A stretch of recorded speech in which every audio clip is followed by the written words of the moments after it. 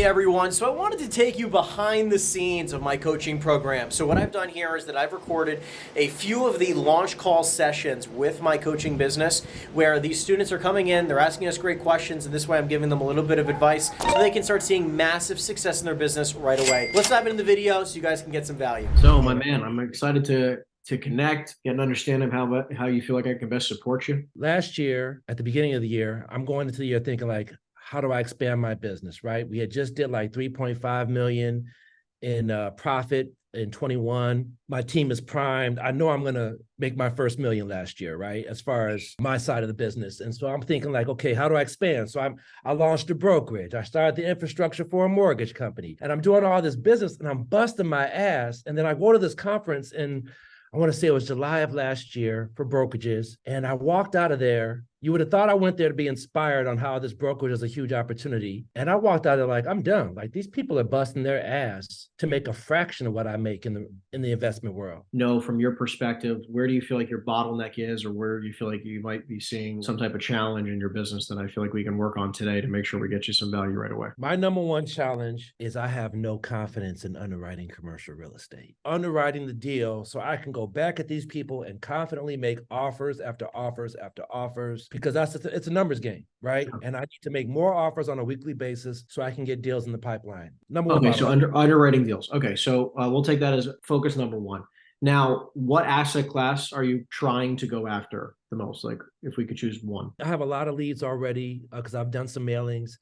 Industrial, storage, and retail. So what I'm going to bring up right here, the underwriting spreadsheet that you can download. All right, so let's say I'm going brand new this market, and we're going to go to filters. Just because, like, I'm going to say, like, we're going to choose one random deal, and we're going to pretend like that's the deal we're looking at. All right, let's see what we got. First property that comes up. Okay, just really quick. Let's just say that we're looking. You call up this owner. Right? Let's say it's not listed for sale, but you call up this owner. One of these leads, they call you back on one of your marketing pieces or your cold calling, and this is the person who called you, right? They give you some information. In a small industrial property, it's only 6,250 feet. Says it's 100% leased. They're selling it for 685 grand, about $110 a square foot. Let's relate this back because you're an investor. Like, what do you look for in a great investment? I look for a value add position. So in this position, I'd be looking at obviously that it wouldn't be 100% leased, right? I got to be able to justify why I'm going to have to buy this property at a lower price. But yeah, a value add position is the big thing. It needs renovation. It needs more leasing, a combination of all the above, improvement of leases. Maybe the market rent is too low. So I'm looking for all the same thing, right? Like, so I'm on the same page as you. The thing, so like, ignore the 685 for a second. Let's just say, again, you talk them on the phone, they say they want, 600 or 700 grand. Point is that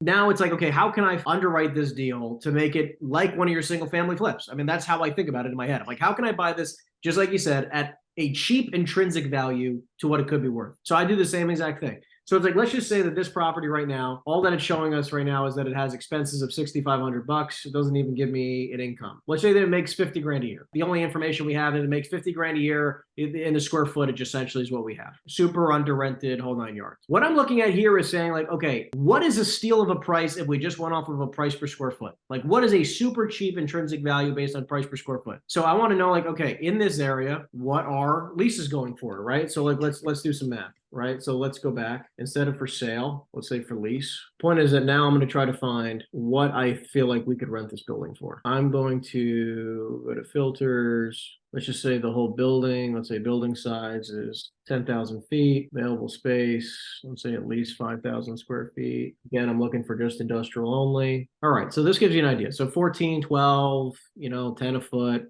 Like, if I make this building really nice, maybe I get in the mid-teens, low teens, right? Let's just say my market right now is like 14-ish a foot all day long. You basically will take $14 a foot times the 6,250 square feet. So I know that my intrinsic value, I can maximally rent this building out, and I will make $87,500, right? $14 triple net. And you can call up a couple of the brokers and try to get a gauge on where that is. You take the 6.25 here, 6.25, because I say 6,250 divided by 1,000. We find out what the real estate taxes are. What's your average percentage value for Chicago? I'm just saying, like, on a $400,000 house, how much you pay taxes on it? 400,000 is going to be at least 10,000. Say 5%. What's that? 6%. 5%. All right, yeah. So let's just say we leave it at 15,000 for taxes. Let's say your insurance probably around the same, maybe higher. Let's say all this is about the same. It'll calculate out. You're probably not going to pay any your gas or electric because your tenant's going to probably pay that. This is based on what it's earning today. So let's do it. Let's break this all down. Let's just say it's 4,000 a month right now. It means it's bringing in, let's say 48 grand a year, quick estimate. And then we say that it can bring in 87.5 divided by 12 is 7,300. So now we're saying it's at 4,000 now gross, but it can go to 7,300 net. Obviously, the tenant's not paying any of the expenses, so that's why your net operating income as today is probably terrible. Right. However, on the upside, let's say they pay your taxes, your insurance, all your utilities. So these are all zeros. So you don't pay anything. They pay all utilities. And then all you're paying is your management fees and your vacancy rates, right? So you're at 71,000 net, right? So I'm saying nothing because they'll pay everything. You're going to get $14 triple net. Tenant's going to pay all expenses. So it's like, all right, well, on this building, as an example, and let's just say that they want 700 grand. And estimated renovations on this building is probably like what? For a 6,200 square foot building, you're probably going to spend what? 50, 60 grand? Chicago, 6,000 square feet. How much? How big was it? 6,250 square feet. Again, let's just figure $27 a square foot. It's expensive to rehab out here, bro. We'll say that's 168,750. Depends on what I'm saying. Depends on what work needs to be done, right? Right, 100%. Well, that's fine. Let's do that. That's fine. 168,750. So that's what it needs. She wants 700. Obviously, as of today, it's a terrible cap rate. It doesn't make any sense to pay 700 grand. You're going to be losing money day one. However, it's like, what can you refi this building at? If you're going to be at a net operating income of 71 grand at a 6.5 cap, the property is going to be worth $1.1 million almost. Now, I'm not saying you're going to refi at a 6.5 cap. I mean, obviously, interest rates today are ridiculous. What do you think somebody would pay based off of a cap rate? Like, do you have any investors right now that are looking for these long-term investments? Yeah, they're looking for 7 to 8 though. Okay, an 8 cap, right? Let's be conservative and we'll say an 8% cap rate. So the building to somebody else at a 70, again, this is basically a true net after expenses and all reserves and everything, brings you to a value of 890. That means my pro forma value on this building will be just shy of 900 grand. Right. I'm with you. If I know that my intrinsic value in this building, highest case scenario, is 900 grand, I'm going to sell this building for 900 when I buy it, when I renovate, or somebody else buys it, renovate it, the profit's got to be all included. Well, then I probably can only pay a certain amount of money for this deal, right? I want to back out my numbers now. It's like, okay, well, back out your numbers real quick, man. It's like, based on this number, it's like, how much money do you want to make in profit? What would be comfortable for you? 100 grand minimum. 100 grand. Okay, great. So if we're going to sell it for 900 minus commission, okay, so times, let's say times 0.9, closing costs, commissions, everything. I want to be super conservative. Minus my $168,750 for my renovation costs. I'll take my closing costs, commissions, all the same thing you're going to do on a normal flip. I'm just backing it all out, right? So now it's like, I want to make $100,000 before I take out my 100 profit. I'm at 641 minus 100,000 in profit. Let's say to cushion myself, I say 500. Okay, great. I can pay 500 grand for this building. I would probably start at 350. Now, again, this is a building that's on the market. Try to say that I would buy this deal? Probably not, right? Probably like not. I wouldn't buy it at 685. I don't even know if I'd offer 500. I'd probably start at 350 like you, because I don't want to just, like I'm saying, worst case scenario, we want to make 100. Worst case, right? Exactly. So, okay, fine. We go in at 350 or 400, but I'm saying I'm basically going to go based on a price per, like intrinsically price per square foot where a property is selling. You need to know that. So you can go through CoStar and Reonomy and figure out on a price per square foot basis of what are they trading at. Okay, well, if everything's trading on a future value, right, of a future value here, $900, right? 900,000 divided by 6,250 is 144 a foot. That's my upside. Like that's when it's renovated and everything.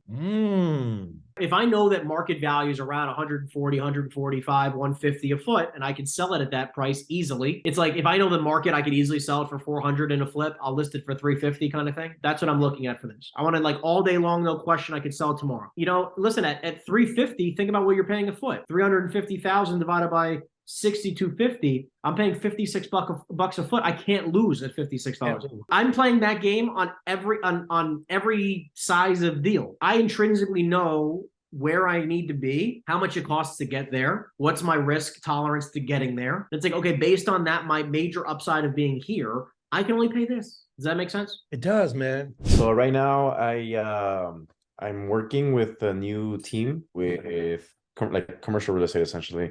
So I never really have done any cold calling in my entire career. I've been doing real estate for maybe around 7 years now and licensed 4. Most of my business is 3 to 4 unit FHA purchases here in LA. And most of it comes from my network, just going to birthday parties, parties in general, people I know. 99% on the buyer side. I've had like one listing ever in my career. For this year, last year I did about maybe $150, $160 or so. And the one before that was maybe like 90. And before that, it was like very, very minimal. I didn't start really hitting my stride until last year, the year before, when my name kind of started clicking on people's head. I feel like I dropped the ball a lot with follow-ups. I was talking to Brandon that I really don't have a system, really. I get it. Literally just have like a list of people that I'm working with, and I kind of keep up with them, send them listings, send them properties, we go check them out, send off. A lot of them are offered to interior inspection, subject to interior inspection. That takes away a lot of my time of actually having to go check them out. But I never really did cold calling until I reached out to this new team that I'm working with. I noticed a couple portfolios they put out in the market that I work in, and I was like, man, like these are properties that I would love to have for my clients. So I sent out a couple offers to them, and someone beat me out. But then I reached out to the principal, and I was like, hey man, like I pretty much do what you guys are doing. How can I learn from you? Like, can I join your team? So I ended up joining it, and he works with Steve Scholl and Chris Voss. So he works with them. He goes on like a team meeting every month of handling objections and like kind of just cold calling stuff, right? I was never like in that world, so I'm slowly kind of grasping that. He has a couple trainings. We definitely hop on every week on Mondays, and I show him my recordings of what like the cold calls that I've done. He gives me pointers, so he's very hands off, which is why I reached out to you. So what I think that you offer is what he's expecting me to already kind of know, and he doesn't really have the time to actually teach me. Like he takes a percentage of what I do, but we came into it like he's like, you're just gonna be doing cold calling, and you kind of have to learn that with whatever I'm teaching you, with whatever resources we have of the videos. He's very knowledgeable. He's really well connected here in LA for commercial real estate. So I think he's a good person to be with, but I feel like I need to sharpen my skills to be able to produce and be also an asset for his team, and then eventually grow out of that, become my own like person, my own team. That's mainly what I'm looking for, the structure, and that I don't have, and he has no time to teach me that or any of that stuff. So let's dive into a few things, and again, correct me if I'm wrong, because I want to make sure we're diving into a few key pieces to make sure that we not only keep this super productive and valuable for you right away, but something like things that are like easy and simple for you to implement. When you say systems, because again, I want to make sure I'm super clear. To define what you mean by systems, because I want to make sure we go down the right path. I think I mean all of that. Like the only systems. So I have this list of what he like of contacts that he gave me to cold call. I've been doing it for maybe 2-3 months. I haven't followed up with anybody because it hasn't been like the time to do it yet. I think now I should start following up with the first people that I work with. But I just have a spreadsheet of a couple notes that I put, and I don't have like a reminder or something like, hey, call this person. So right now the system I have is hop on my phone, dial whatever is on there. I have a little script I have, and I make notes. So that's pretty much the whole system I have. That's on the commercial stuff. On my regular 3-4 unit residential stuff, I just have a list of my buyers and my 3 escrows that I have right now, and what I should be kind of sending them every week or whatever. Understood. So let's break down a few things, right? So let's start this off. It sounds like we need to talk about a CRM, because you can't not have a CRM in this business, right? Like to keep you efficient, right? So we'll talk about having a CRM. We're going to talk about a schedule, like the exact what to do at what times. I'm actually going to give you a copy right now of my new script book, so bear with me. That is going to give you the exact scripts, the exact what to say, every different asset class is in there, the exact questions, the opening lines, some objection handlers, everything you're going to need. For your schedule, let's break things down. Okay, so what time do you start making calls in the morning? When does your day start every day? So I started doing them at 8 maybe a couple weeks ago, but people weren't really answering at 8, so I shifted over to like 10. Now listen, I'm from Jersey, right? So obviously different breed of individual, but I've realized like people in California are very, very relaxed, right? Like it's a very relaxed environment, right? So I'm like, 7 o'clock in the morning, you're catching people in, commuting here in New Jersey, 7 o'clock in the morning, and in California, people might still be at the club, like they're still hanging out. So I mean, listen, I probably would say you're probably going to see the best results out in California, probably somewhere around 9-ish, probably the earliest I'd probably start calling in California, but I would probably go from 9 to 1, depending on how many leads you're generating. You should be spending more time on lead generation than you do on lead follow-up, especially at the beginning of your career. I have tens of thousands of leads. I don't really need to be generating a ton of leads every single day. I need to be following up with what I have. Now, obviously, I do try to do both. At the beginning of your career, you don't even have a lot of leads to follow up with, so you want to err on the side of more calls than you do anything else. So at the beginning of your career, you might be making 6 hours, 8 hours of calls a day, which I know might sound crazy, but until you build up a pipeline enough to even spend an hour or two on follow-up, you should just be prospecting. Right now, your day should look like from 9 to 1 or so. You spend 4 hours clear of just prospecting outbound. Okay. You're using the script that I gave you there. You can use the same exact script, whether you're calling a 2-family or a 200 unit. Then from roughly 1 o'clock to 2 or so, I would probably be spending all that time on follow-up. Let's take a quick side note, and we're going to finish the scheduling conversation in a minute because I want to make sure we get you a CRM system right away. What company are you with? You're with a small brokerage? No, we're under Compass. So I have a Compass CRM. Okay, great. So what is Compass's CRM? It's a great question because my little team works with Ascendix, but they put all their stuff on there, and I feel like it's going to be too much jumbled up stuff to have all their stuff on there. Yeah. I kind of want to have my own, which we don't use a Compass one, so I can use whatever Compass gives me. Okay, got it. So I would say use whatever Compass is giving you, or you could use it's funny, people get really convoluted with this, which is you can literally use residential CRM for $25 a month. This is obviously incredibly intrinsic ones or intricate CRMs that you could use that are very expensive. I don't recommend that right away. I use REI Reply for most of my commercial teams that I run, just because it allows me to do email campaigns, text campaigns really, really easily. It's definitely not a user-friendly software, but we've built out everything. We've done very well with it. It's only $99 a month. If you want to use the same one I use REI Reply, you can use REI Reply. Now, again, you could use several different residential ones as well that might be cheaper than $99 a month. And if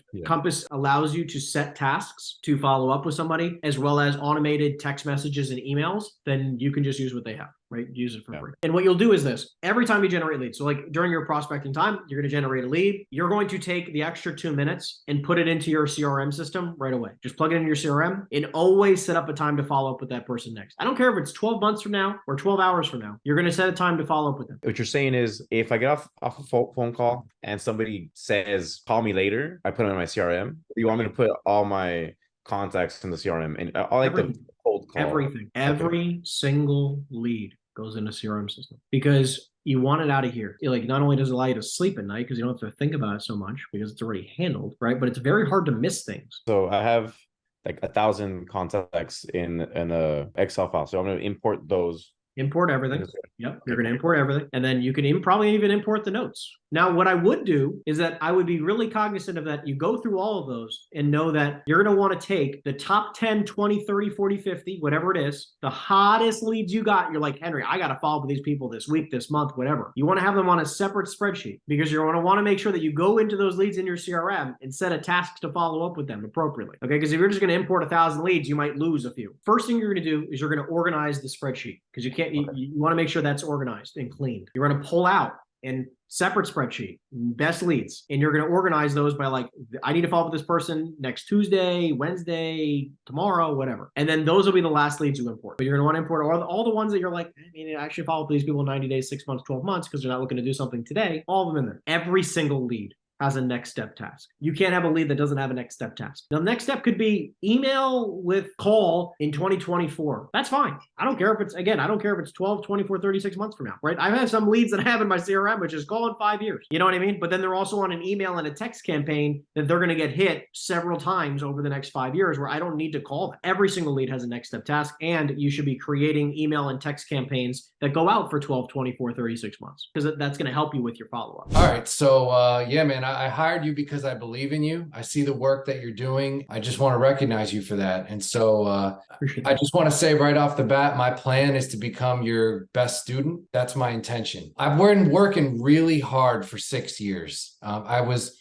I was under a mentor who was a really outstanding agent. He trained me how to call sellers. He did the listing appointment first. I would observe. I observed 30, 40, 50 of them. And then I just started to crush it. I left the team and then I went out on my own. That was a big jump for me. And then I went from Keller Williams to Fathom. So I went from the Main Street broker to the digital broker. That was another jump for me. I completed that intention, which was save the money on the 30 grand from Keller Williams. And this year, I actually exceeded, it's my best year ever. And I exceeded the best year when I was under him, meaning that I was setting them up and he was signing them. And today I'm setting them up and signing them. So there is progress. I've got about 25, 26 listings this year. I'm working about 3 hours of calling per day. And it's only October 2nd. That's awesome. So meaning that what kind of calls are you making every morning? Expired and canceled.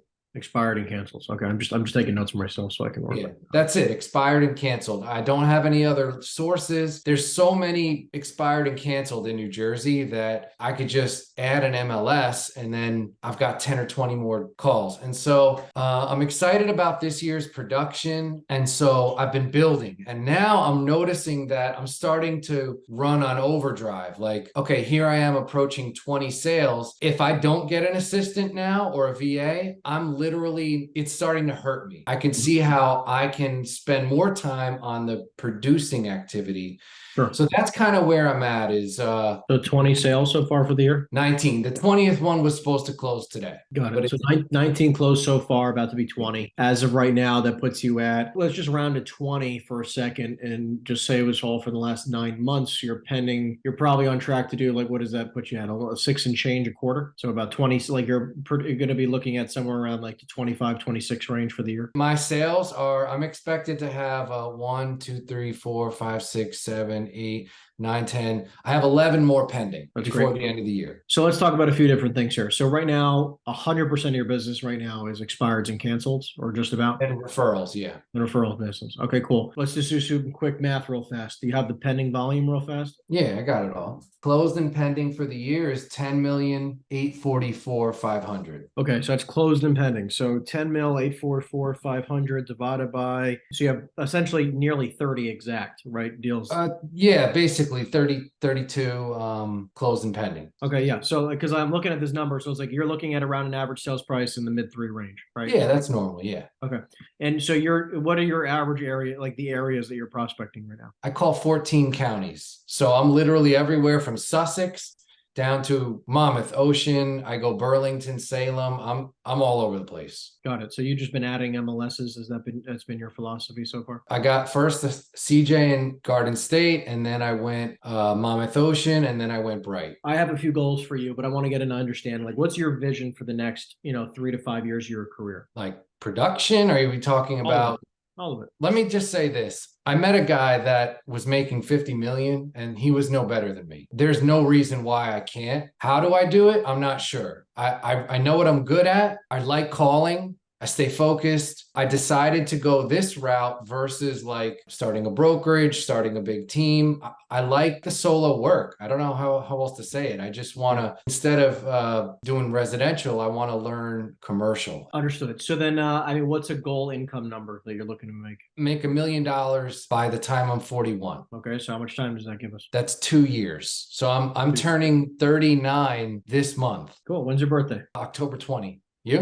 I'm the 13th. Really? Okay. All right. That's right. I'm turning 29. So okay. Your phone sales is pretty good. I'm going to make sure you download one of our newest sales scripts that I have that no one else has access to, but that's specifically for commercial. So you know exactly what to say there. That'll be actually launched at the end of the month, but I'll get that to you today. So we're going to work on your lead gen topics here because I want to do a couple of things with that. Your referral game, I think, sounds pretty strong. I mean, how many of the 30 deals or 30 or so deals are you doing are referrals versus the expireds? This year, 2. We can work on that then. So then I'll add referral systems out. Because like, I'll say it like this, right? I always thought that making $1 million was really super difficult in this business. And I realized that like the only reason why I felt like it was super difficult was because of the price range I was playing in. I had to sell over 100 homes a year to make over $1 million, right? So it's like, if you kept the same price tag on an average deal of 350, right? 350, what's your average commission percentage? 2.5 points? Yeah. So that puts you at around 87.50 before compensation cuts. Just call it a flat 8 G's, right? You're making around $8,000 a deal. Does that sound about right? Yeah, that's right. So in order for you to do $1 million